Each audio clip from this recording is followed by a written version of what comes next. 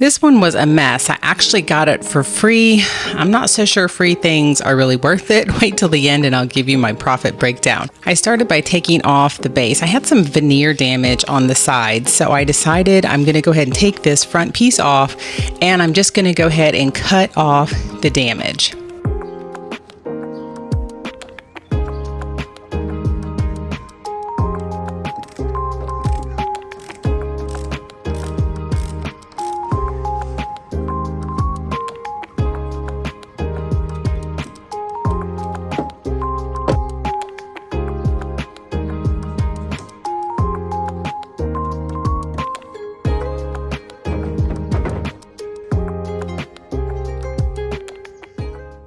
I'm putting a piece of painter's tape down so that when I go to cut with my jigsaw, it won't leave little shavings of wood. It'll give a nice clean cut.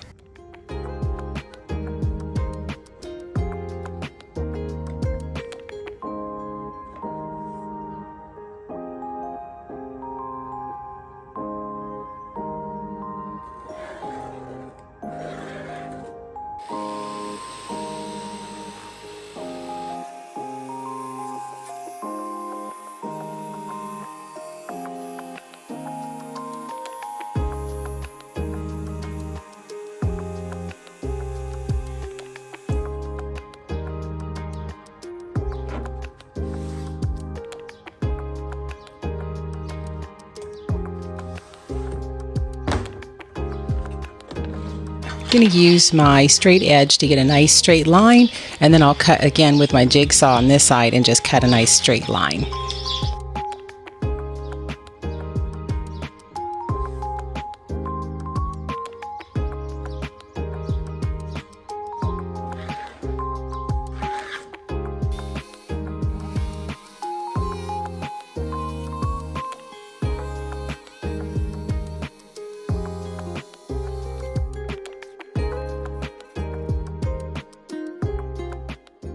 In order to rebuild the base, I first laid down this 1x3. I'm going to put a section in because I did the matching dresser. I'm going to explain to you how I had to build up the base. This is just kind of me figuring it out as I went. So I'll also put a description to the other video I did with the long dresser in a card up on the top.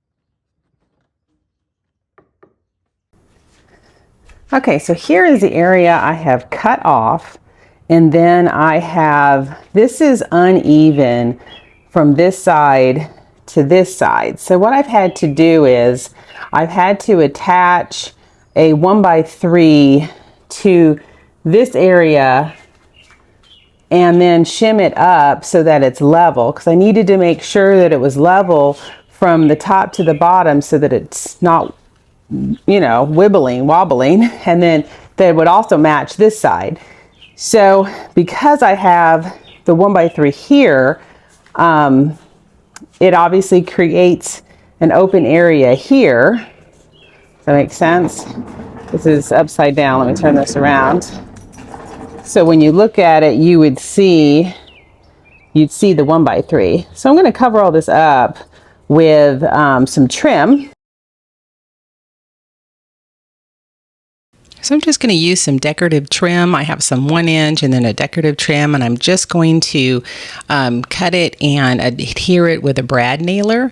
So I like to do the sides first so that it will, when I do the front, it'll cover any kind of overhang.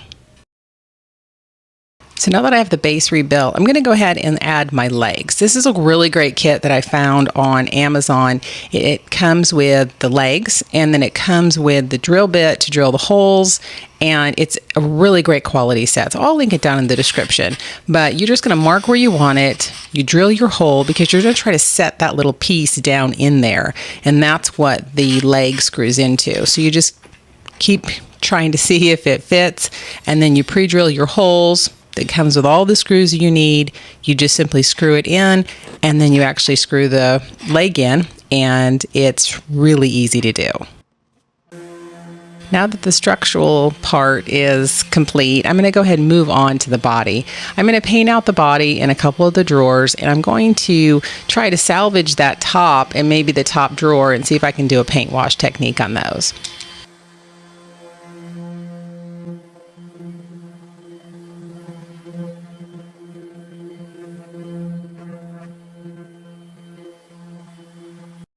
I'm going to use my carbide scraper to go in. This is a really weird, that blonde mid-century modern finish. So you can see it's kind of 2 layers. You've got the yellow on top, and you have the white underneath, and then there's mahogany underneath it. So it's a beautiful wood. So I just have to get it. The carbide scraper really helps kind of get it off, and then I use my orbital sander to really smooth it out after that. I'm going to do the same thing on the top drawer. I'm going to use my carbide scraper to get as much of that finish off as I can, and then I'll go in with my sander and sand through all the grits. I usually start with 80 to get the finish off, and then I go up to 120, 150, and then I usually stop about 180.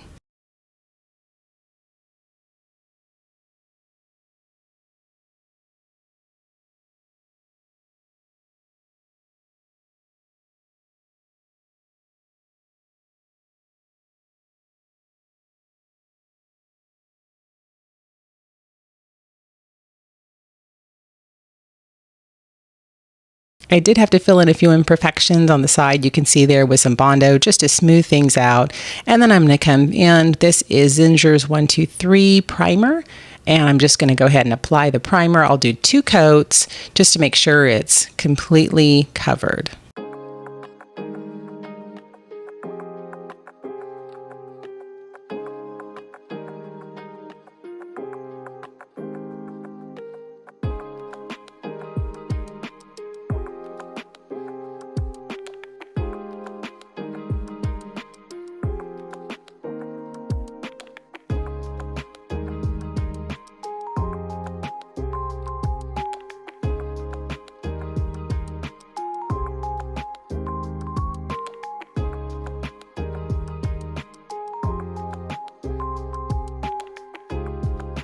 After 2 coats of primer, I'm going to go ahead and start my paint. I'm using my HomeRite paint sprayer. It puts down a really nice coat of paint. This is Sherwin-Williams Emerald line. It's their urethane trim enamel, and the color is Anew Gray. I love this paint. This is in satin. It's a self-leveling paint. It's enamel. There's no top coat needed or really recommended. So it's a really great paint to use for furniture.